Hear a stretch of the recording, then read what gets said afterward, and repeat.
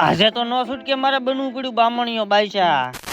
તો જય દ્વારકાધીશ અને જય શ્રી રામ. 80મો દિવસ સાગાની સાથે ગેરેજે આવીને ધોઈને કી પેલા 2200 નંબર વાળી ગાડી. હવારમાં ભાઈ બને કરીને કે રસ્તા સરકાર જામ. હવારમાં મને વિચાર આવતો મેં કોક આવી જાય થારું, કા તો રત્ન કલાકાર આવી જાય. બપોરે ખાઈ પીને બેઠો તો નવરા વિચાર આવતો મેં કીધું હું કરવું, અને અચાનક મને યાદ આવી ગયું કે હાલો બામણીઓ બાદશાહ બનવી. કેમ પણ બાદશાહ ની કોપી મારી કે નહીં? ઘર ભેગું થાને ભાઈ. ધંધીનો કરો નકર તમારો બાપ લોનું લીધેલા કારખાના વેચાઈ જાય છે ભાઈ.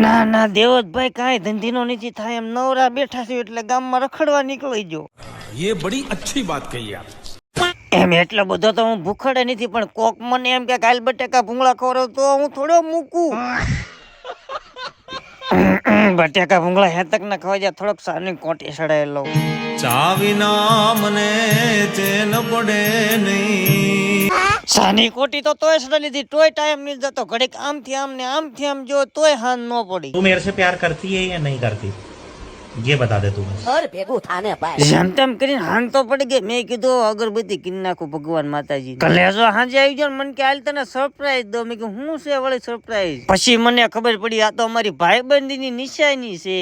આવા ભાઈબંધ રખાય. તો આ સાથે જ આજનો દિવસ થઈ ગયો છે પૂરો. મળીશું નવી મોજ મસ્તી સાથે.